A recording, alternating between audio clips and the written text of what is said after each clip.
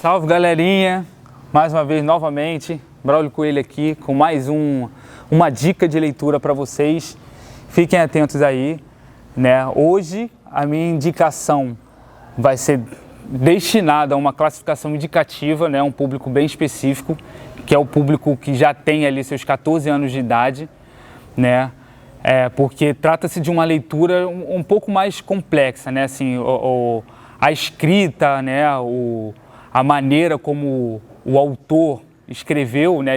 Escrevia, porque é um autor antigo que já não está mais entre nós, é uma maneira que exige um pouco, né? De quem lê, da leitora e do leitor, um pouco mais de bagagem, né? Bagagem de conhecimento de mundo, uma bagagem intelectual e também um pouco mais de vocabulário com palavras, né?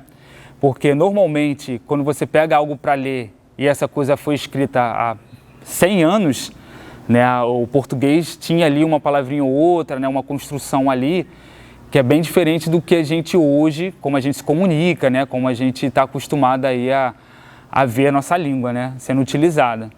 Então, especificamente, eu peço para a galerinha aí, que esse público acima de 14 anos, que fique atento nessa leitura. Né? Antes de mais nada, eu peço novamente aí que vocês arrumem um espacinho na casa de vocês, aí onde vocês estão nos assistindo, para poder ter esse espaço de fazer esse alongamento, sabe? Esticar um pouco o corpo, dar uma aquecidinha sem sair do lugar, esticada, porque é isso, assim, o corpo tem que estar disponível, tem que estar atento, tem que estar disposto para a gente poder fazer essas viagens, né? Interpretando a leitura e viajando pelo mundo afora sem sair do lugar. Então, vamos que vamos. A dica de hoje, para trazer ainda um pouco mais de pimenta para esse debate sobre Machado de Assis e a juventude, Machado de Assis e as crianças, Machado de Assis na escola, né? Eu sei que é um debate extremamente acalorado, né? Dentro da faculdade de letras e fora da faculdade de letras. As pessoas estão sempre trazendo esse assunto, né? Esse debate que é super interessante. Então, ao final desse vídeo, hoje que eu vou falar um pouquinho sobre isso, esse debate, né? Mas é isso aqui, Machado de Assis, 50 contos de Machado de Assis, publicado pela Companhia das Letras, né? Foi organizado, selecionado e organizado por um inglês chamado John Gladstone, aqui, né? E ele é um especialista, vamos dizer assim, né? Nas obras de Machado de Assis. Tem outros escritores também que ele se debruçou em pesquisas e tal. Então ele, lá na Universidade de Liverpool, ele trabalha lá, né, e organiza linhas de pesquisa lá com base nos autores brasileiros, né?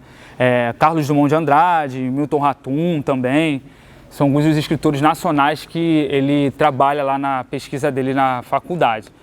É um livro grosso, dá para sentir, né? Pesado, eu acho interessante porque ele já vem com as paginazinhas dele toda pintada de vermelho, ó. Né? Então já dá para sentir um pouco assim, parece assustador, né? Você que vai aí, que não é muito de ler, marinheiro de primeira viagem, olha, não estou acostumado a pegar para ler e tal, se deparar com um livro desse, né? Dá aquele susto, bate aquele sustinho de leve. Mas alguns contos aqui são bem extensos, outros são bem curtinhos de serem lidos, né? E o Machado de Assis, ele, apesar, né, de ter essa coisa foi um escritor antigo, que escreveu, né, da maneira como a gente falava, que era bem arcaico e tal, porém ele é muito moderno, bastante moderno, assim. E dentre os escritores, os ilustres escritores que a gente tem dentro da nossa literatura brasileira, o Machado de Assis é um dos mais acessíveis, né, no sentido de que é fácil de você engatar na leitura dele, né, sem muita complexidade. Então vale a pena, né? Aqui, entre os 50 contos, você tem aqui os célebres contos que a gente está cansado de ver, se deparar numa prova de vestibular, num Enem, né, ou numa prova mesmo dentro da escola de literatura. Machado de Assis, sempre Machado de Assis, aí sempre vem com romance, Dom Casmurro, né? Faz parte aqui dessa coletânea o conto O Alienista, que também é bastante conhecido. Inclusive, se eu não me engano, eu não lembro qual foi a editora, mas ele já foi publicado, inclusive, como gibi, fez parte de um projeto em quadrinhos, O Alienista. Né? Tem aqui também A Cartomante, também bem conhecida. E vocês, essa galerinha dessa idade aí, Eu sei que vocês adoram um clima de terror, adoram parar para assistir um filme de terror, né, desses aí norte-americanizados, blockbuster que a gente está acostumado a ver na Netflix, está acostumado a ver na televisão. Né, e o Machado de Assis, em alguns desses contos, traz um pouco essa coisa sombria. Então eu achei interessante trazer o Machado de Assis e selecionar um dos contos, porque traz também, né, esse clima sombrio, de terror, que vocês adoram, eu tenho certeza. Eu acho engraçado até que até os mais bravos, até os mais valentões, quando se depara com uma leitura que traz um clima meio sombrio, a galera fica tremendo na base, fica todo mundo meio escaldado, né? Então é isso, assim, a Cartomante traz um pouco disso também, mas o conto que eu selecionei, né, ele se chama Pai contra Mãe. Deixa eu só colocar aqui para mostrar para vocês. Não é um livro que tem imagens, né? É só texto mesmo, mas aqui, ó, Pai contra Mãe. Começa aqui. Ele é o último conto do livro. Tá? O livro ele está organizado de acordo com datas de publicação. Então você tem aqui desde as primeiras publicações do Machado, de 1878 até Pai contra Mãe, que é o último, que é o que encerra o livro, que é de 1906. 1906. Então esse conto aqui, né, que eu vou falar para vocês, já tem mais de 100 anos, né? E vocês vão perceber que parece que a coisa não mudou muito, né? Parece que a coisa não mudou muito. Pai contra Mãe. Esse título já chama atenção, bastante atenção, né? Que traz para uma coisa familiar, né? E realmente é a estrutura familiar que o Machado de Assis tenta abordar nesse conto, né? Ele conta a história do período de encerramento da escravidão no Brasil. A abolição estava acontecendo, né? Então já não se tinha mais a escravidão como o maior mercado financeiro de lucro do nosso país, né? E das pessoas que conseguiam lucrar e fazer disso, né, uma fonte de renda. Então começa falando da escravidão e no final dessa escravidão fala a história de Cândido Neves, se eu não me engano, isso, Cândido Neves, que era conhecido dentro da própria família dele como um Candinho. Então, Cândido Neves, Candinho, que vem de uma família que foi escravizada, né? Então ele é descendente, e ele, com seus 20 e poucos anos, tentando sobreviver no Brasil pós-abolição. Então, início de república, ele tentando dar conta da vida dele, agora, né, já liberto, a família dele já não mais escravizada, e ele tentando fazer as coisas. Então, a família tenta se virar do jeito como consegue. Ele tem um primo que trabalha como, acho que se não me engano, talhador, e aí o primo ajuda ele, vem cá, vem trabalhar comigo e tal, não sei o quê. Só que o Candinho, cara, ele descobre que ele não tem muita prática com trabalho formal. Ele não consegue dar conta do trabalho formal, né? Então ele trabalha um tempo com o primo dele, desiste, não dá conta, não consegue, essa coisa de pressão de ter que estar em cima, o horário, cumprindo a coisa na obrigação, ele não consegue ali e aí desencana, não vou conseguir. Ele passa por outros trabalhos, ele vai trabalhar no correio, né, como entregador, vai trabalhar tomando conta de animais, um monte de coisa, só que ele não consegue dar conta, então ele começa a perceber de que, sim, esse sou eu, né, eu não consigo lidar com isso, assim, eu só trabalho fazendo biscate, arrumando um negocinho aqui, outro ali, mas nada muito formal. Isso pega muito mal, né, dentro da sociedade, para a família dele, tudo, porque é isso, assim, você é um homem adulto que você não consegue arrumar emprego, né? E aí ele tentando lá, correndo atrás das coisas, ele descobre que o único ofício que ele consegue fazer e muito bem é o ofício de caçador do mato, né? O que é um caçador do mato? O caçador do mato é aquele caçador que corre atrás das negras e dos negros fugitivos, que fogem das suas fazendas, né? Então, não das suas, das fazendas dos fazendeiros, né? Dos donos de terra. Então, ele descobre que o ofício dele está ali. Ele é um caçador do mato na cidade. Ele dentro da cidade, ele caça no centro da cidade. O Machado de Assis traz muito essa realidade do centro da cidade, porque foi onde ele nasceu e foi criado, né? O Machado de Assis ele é cria do Morro do Livramento, que hoje não existe mais, mas existiu ali nos arredores do castelo, no centro da cidade. Então ele traz muito para essa realidade do centro da cidade. O Candinho, no centro da cidade, procura as negras e os negros que fugiram né? E como recompensa ele recebe dos donos lá o dinheiro, então ele se dá conta de que a única coisa que ele consegue fazer perfeitamente é caçar, né, os negros e as negras. Então ele faz isso, ele tem uma memória fotográfica, porque ele vê, né, a fotografia, fotografia não, o desenho, né, que era muito comum ter colado nas paredes dos comércios, nos postes, pedindo recompensa, né? Algumas recompensas anotavam lá os valores, outras recompensas falavam que receberiam uma gratificação, né, significativa, sem falar muito coisa de preço, que a pessoa que fizesse esse trabalho sairia muito gratificada e tal. E na maioria das vezes eles botavam umas animações lá de um negro ou uma negra com aquele, parece até o Chaves, com aquele cabo de vassoura e a trouxinha amarrada assim no cabo de vassoura. Então era muito comum e é legal porque ele retrata isso no conto, que era uma coisa da realidade da época, né? Deveria ser bem comum você ter isso na cidade. Então ele tinha uma memória fotográfica, ele tinha nome, saber os endereços, onde é a fazenda, né? E ele corria atrás e conseguia lá caçar e tal. E aí com isso, assim, na vida dele, ele conhece Clara, né? Que a Clara mora com uma tia, é só ela e uma tia. E eles se apaixonam, né, um pelo outro e tal, e os dois têm 20 e poucos anos. Aí a Clara leva o Candinho para conhecer a sua tia, né, e quando ele chega lá para conhecer a tia conversando com ele, a tia pergunta do seu ofício, o que você trabalha, meu filho? Aí ele fala assim, eu não tenho um trabalho fixo, né, eu faço biscate e tal, não sei o quê. E ela fica, né, será que é um bom partido para minha sobrinha? Não sei não, hein?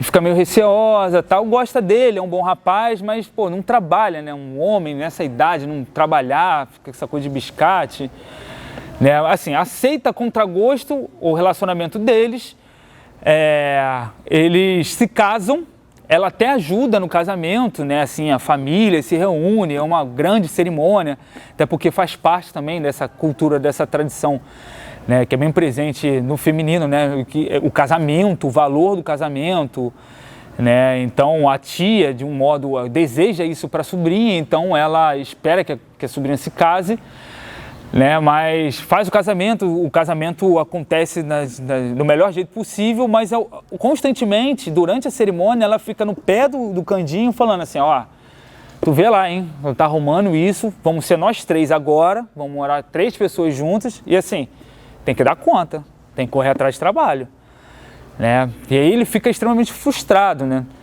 Aí eles começam a morar juntos, né, numa casa lá de aluguel, e a tia observando o movimento dele, né? E ele indo lá e arrumando um negocinho, trazendo um dinheiro. Então, às vezes, passava um dia com bastante coisa de dinheiro e, sei lá, 3 dias sem, né? E eles catando o que comer.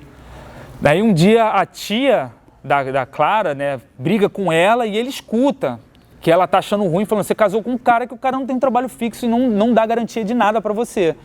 E ele fica extremamente chateado, né, incomodado pelo comentário dela. Pô, mas a senhora vê, faltou alguma coisa aqui, assim, eu deixei de dar alguma coisa de comida para a senhora e tal. Eu falei, não, nunca deixei de comer, mas isso está se caminhando para que isso vai acontecer, né? É um caminho, assim, você não consegue dar jeito, você não consegue arrumar nada. Né? E ele falou, não, eu vou provar para a senhora que eu vou sim, eu vou conseguir, eu vou dar jeito e tal. Antes que ele pudesse fazer qualquer coisa, a Clara engravida. E aí eles descobrem que vão ter, né, um filhinho ou uma filhinha. Aumentando ainda mais o desgosto da tia, né, da moça. Que falou, e agora? Se com 3 já está difícil, com 4, como é que a gente vai conseguir? Como é que a gente vai dar conta disso? E agora vai ser uma criança, né? Aí os pais, né, tanto o Candinho quanto a Clara, ficam extremamente animados, né, não, vai dar tudo certo, vai ser legal, vai ser ótimo e tal. E a tia começa a ficar nervosa, não vai dar certo, você precisa dar conta. E a solução que a tia sugere para a família é que vocês peguem essa criança quando nascer e entreguem na roda, né, que é tipo um orfanato, vamos dizer assim. Porque é mais fácil essa criança ter uma oportunidade de vida num orfanato do que estar jurada num caminho de morte aqui dentro dessa família. E aí, nossa, assim, o Candinho fica extremamente aborrecido, fica muito chateado, aí falou que não ia fazer nada, em algum momento eles estão jantando, a conversa acontece no jantar, e aí ele bate na mesa, né, aí a tia fica, ó, já dei meu recado, vou sair, vou deixar vocês aí, vocês pensem a respeito, vai embora. Aí a Clara vai acudir lá o companheiro, não fica assim não, é a tia que é assim, é ranzinza, é do jeito dela, a gente não precisa fazer isso, eu sei que você vai dar jeito, sei que você vai conseguir um trabalho e tal. E ele falou, não vou entregar filho nenhum meu para adoção, para nada disso, por orfanato, nada disso, eu vou dar conta, eu vou conseguir. Aí no dia seguinte ele sai muito empenhado e muito disposto de, cara, eu preciso arrumar um trabalho, eu preciso dar jeito na minha vida e eu vou conseguir.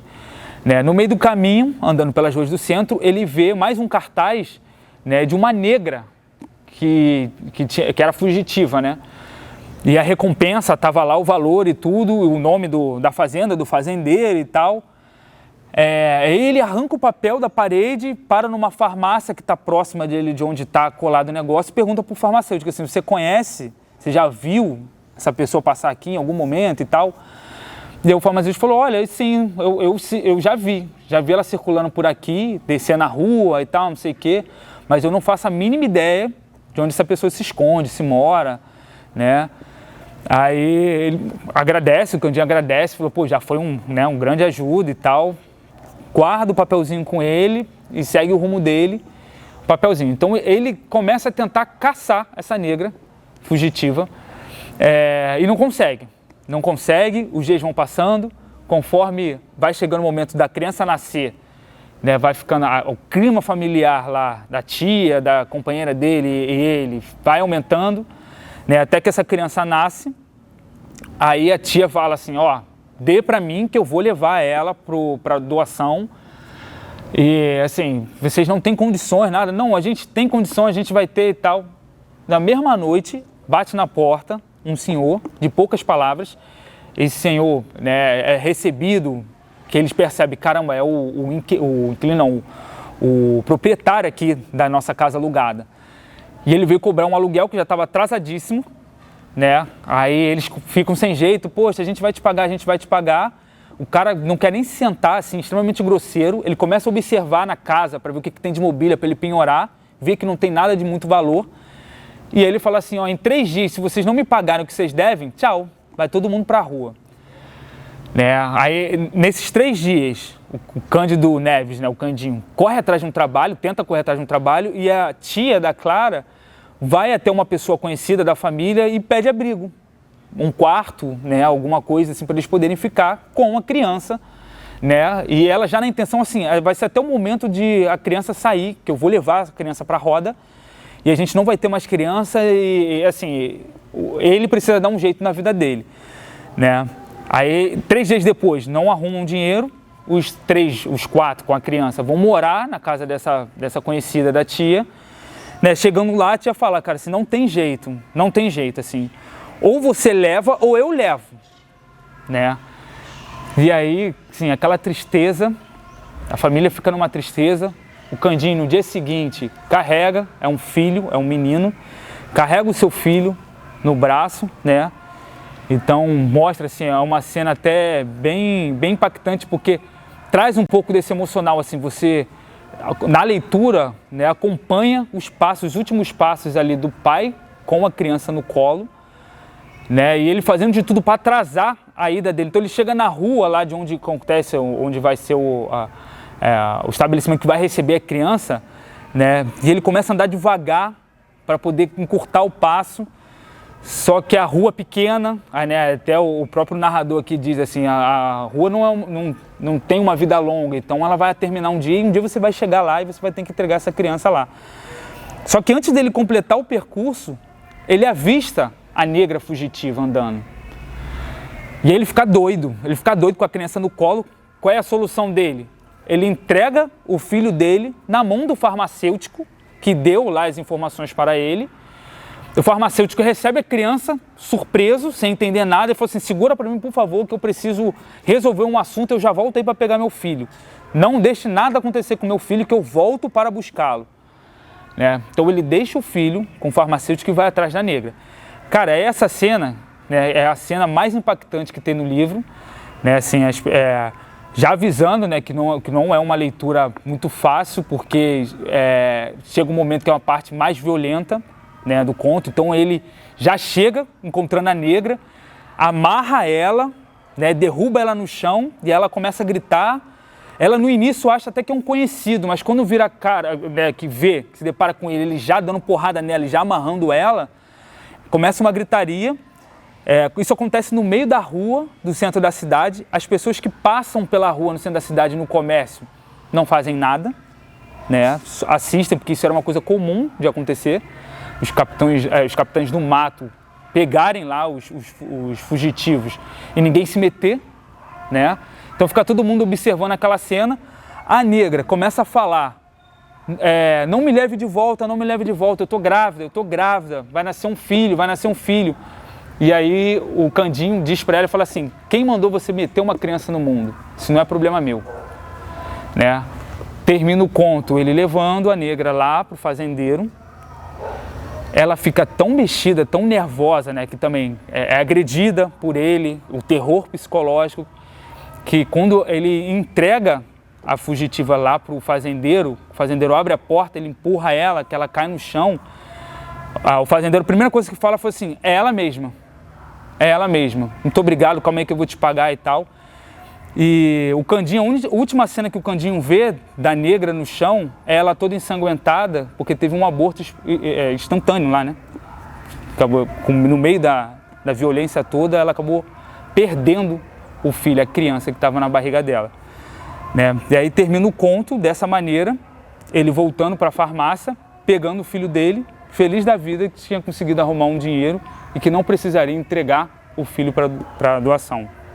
Aí voltando para casa, a tia olhando aquilo assim: mais uma vez você arrumou um biscate, né?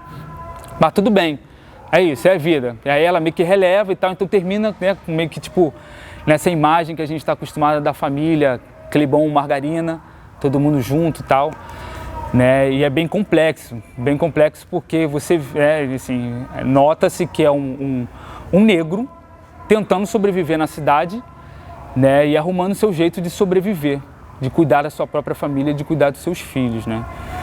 Então é isso, assim, o Machado de Assis, né, ele, assim, foi, eu acho que até poderia dizer, assim, o maior nome da literatura nacional, né, um dos maiores, se não o maior nome da nossa literatura nacional, porque ele tem um jeito muito moderno de escrever, né? Ele foi um dos percursores, eu não sei se no mundo, tá, mas eu acho que no Brasil, possivelmente ele foi o percursor de uma escrita, de uma literatura em que o narrador conversa com quem está lendo. Ele está o tempo inteiro interagindo com quem está lendo. Então chega em algum momento assim que ele fala assim: se você não aguenta isso, se você não está querendo ler tal coisa, eu peço que você avance a leitura, que você vá para a página tal, que aí você pula a parte, e aí vai ficar lá a pessoa que está lendo, que se vai obedecer ali aquele pedido do narrador ou não, né? Então ele está o tempo inteiro falando assim, aqui nesse conto também, ele em vários momentos fala assim: não preciso nem dizer o que isso significa, né?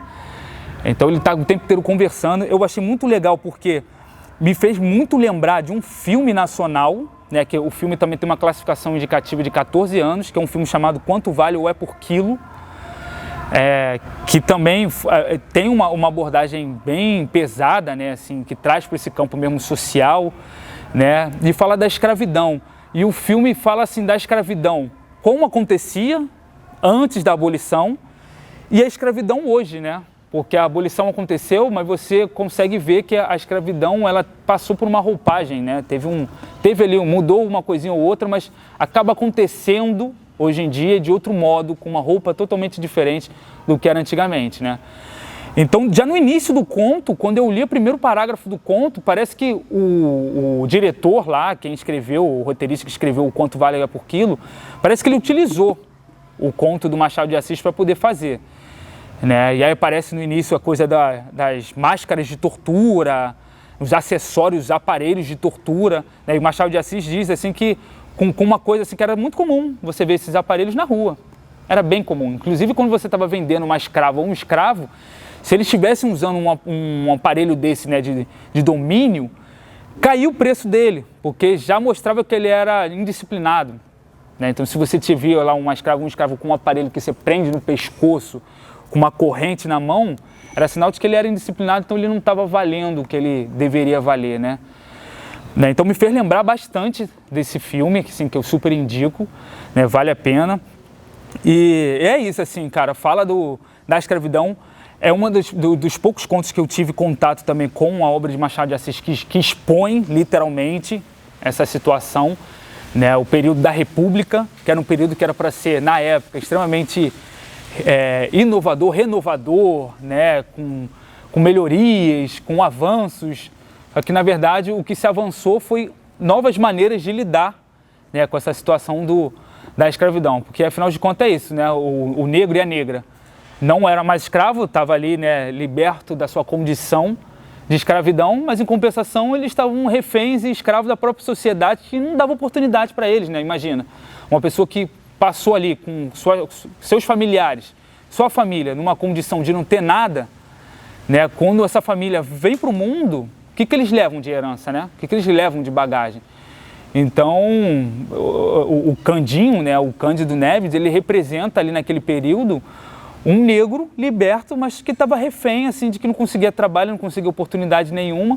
E a maneira que, né, é isso, assim, que é o interessante observar, a maneira como, né, a negritude precisa se virar para fazer a coisa acontecer, para cuidar da sua estrutura familiar, para cuidar da sua família, para cuidar da sua vida, né?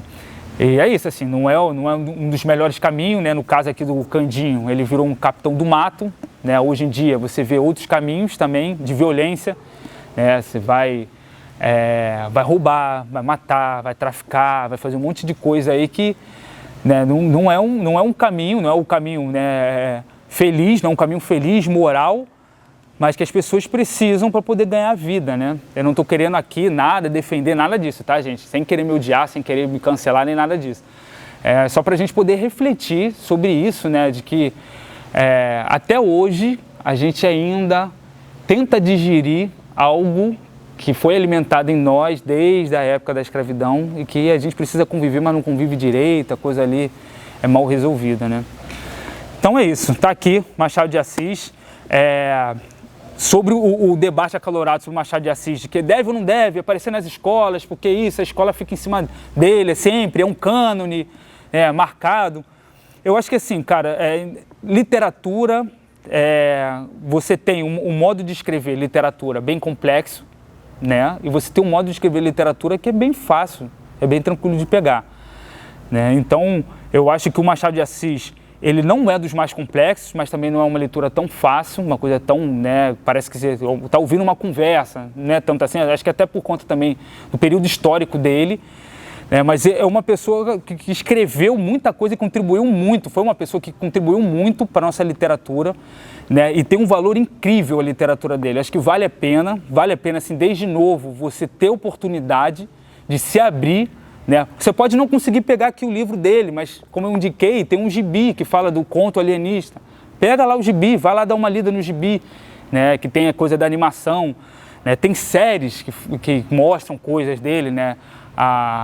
Teve uma minissérie na Globo, que era a própria Capitu, que fala do Dom Casmurro, né? Que é o romance mais célebre dele, que é lindo, que é muito legal também de vocês procurarem, né? Acho que acha aí pela internet. Então, eu acho que vale a pena, assim, não dá pra gente acreditar de que não, é só mais um, que é a escola que tenta empurrar a goela abaixo, que a gente está de saco cheio. Não, tem o seu valor, né? E que a gente precisa reconhecer esse valor, né? Porque é isso, assim, foi um escritor negro que morou no morro, né? Teve as suas dificuldades através da escrita. Aos 15 anos de idade ele conseguiu o caminho dele na tipografia, que era o maquinário que fazia a impressão, né? Que carimbava. Hoje a gente tem impressora. Naquela época tinha tipografia. Então ele foi para diário de imprensa, trabalhou na imprensa, trabalhou em jornais, né? Até chegou o momento que ele foi presidente da Academia Brasileira de Letras. Então ele foi o primeiro presidente, primeiro a sentar lá na cadeira número 1 da Academia Brasileira de Letras, né? Então a gente precisa reconhecer sim de que a literatura dele, né, a gente tem que estar disposto, com o corpo disponível, disposto de encarar essa leitura e interpretar o mundo através de Machado de Assis. Então é isso, assim, galerinha. Mais uma vez eu agradeço aí, muito obrigado pela companhia de vocês. Espero que vocês deixem os comentários. Gostou, não gostou? Eu gosto de Machado de Assis, eu acho um saco, a escola me enche de coisas de Machado de Assis. Então é isso, galerinha. Agradeço aí, muito obrigado pela companhia de vocês. Não esqueçam, né, de deixar o comentário de vocês, de dar o like aí no vídeo, né, e curtir aí o canal. Pode deixar o comentário, o que vocês acharam, né? Se vocês gostam de Machado de Assis, não gosto de Machado de Assis, né? Se esse conto que eu falei aqui para vocês, se fez lembrar de uma outra história, né? Se Machado de Assis faz lembrar de uma outra coisa assim, fiquem à vontade, tá aqui, façam um comentário de vocês, né? Sem agressividade, sem violência, sem condenações, tá? Porque a gente está aqui para poder criar esse debate, criar esse diálogo, né? E acima de tudo, incentivar e estimular, né, a leitura, né? Para quem tem interesse na leitura. E é isso, assim, estejam atentos, estejam disponíveis, com o corpo disponível e atento para poder encarar as leituras que o mundo nos oferece, né, e interpretar isso que o mundo nos oferece, assim. Então, é isso. Sigamos viagem. Vamos que vamos. Axé. Beijo.